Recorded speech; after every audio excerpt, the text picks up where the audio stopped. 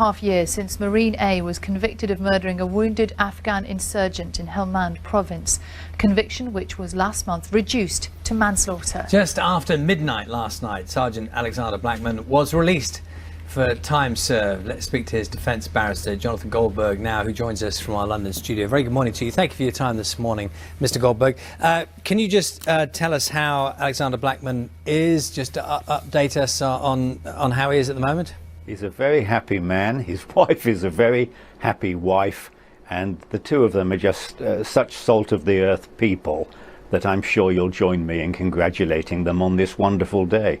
Well, I'm assuming that for a time maybe they want some privacy. Can you tell us what can you tell us about the plans for getting back to some, I don't know what the phrase is, some form of normality or just resuming? Well, they want obviously time for decompression.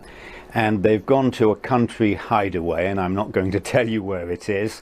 And they're going to have a few days there, and I'm sure a good deal of champagne will be opened. Because bear in mind that in her 7 years married to Al, Claire has obviously not been with him for the 3.5 years of this awful prison term.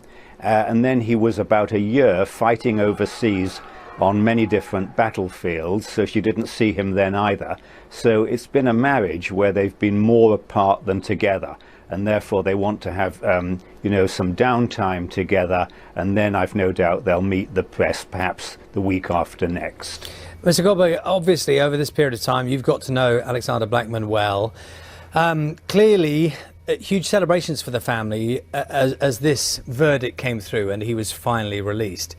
Can you give us a sense, though, of where his thoughts are in relation to everything that's happened? Because clearly a terrible thing happened on a certain date and time and place. That did happen. That is a fact. What are his reflections on the sequence of events that ended up in him being convicted? It's a complicated story, and in many ways not all of it has come out. But put yourself in his shoes. The Taliban had just shot up a little fortress just down the road. News was coming through on his headphones telling him that communications had been intercepted and they were about to shoot up another fortress 800 yards away. And he might be called upon to take his men any minute to help the base and to fight off the Taliban.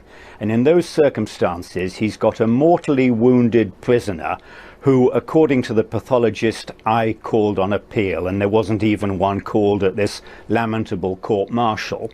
And the guy didn't have 15 minutes left of life in him anyway. So these were the kind of dilemmas facing him. We don't have time to go into them further today. But the gravest pill for him to swallow was the fact he was originally dismissed with disgrace from the armed forces. This is an exemplary soldier of 15 years service who's fought everywhere the British Army has fought in the last 15 years and who has killed personally over 30 enemies on the battlefield. So that was a grave pill to swallow. I'm happy to say that that has gone. The Court of Appeal removed that stigma, and he now gets all his pension entitlements and all the rest of it, and he can call himself Marine Sergeant Blackman until kingdom come, and that for him is a wonderful thing. Well, many people will understand the nature and the tone of what you're saying in relation to how he and his family will be feeling now, but you'll be well aware that there are those people who are still mindful that the manslaughter the conviction remains, and that something truly awful happened on that day. And possibly some people have voiced the idea that they're not terribly comfortable that notwithstanding the celebrations of the family and the battle that they've had to get to this point, that they feel a little uncomfortable about possibly him being held up as almost like a hero figure. You must be aware of that train of thought. Well, this is obviously why the case is controversial. This is obviously why Hollywood want to make a film about it. I was there last week meeting some important people, and the idea is that Kate Winslet might be cast as Claire, Tom Hardy as Al, and can you believe it, Al Pacino as me, although I'm not sure he's good looking enough personally.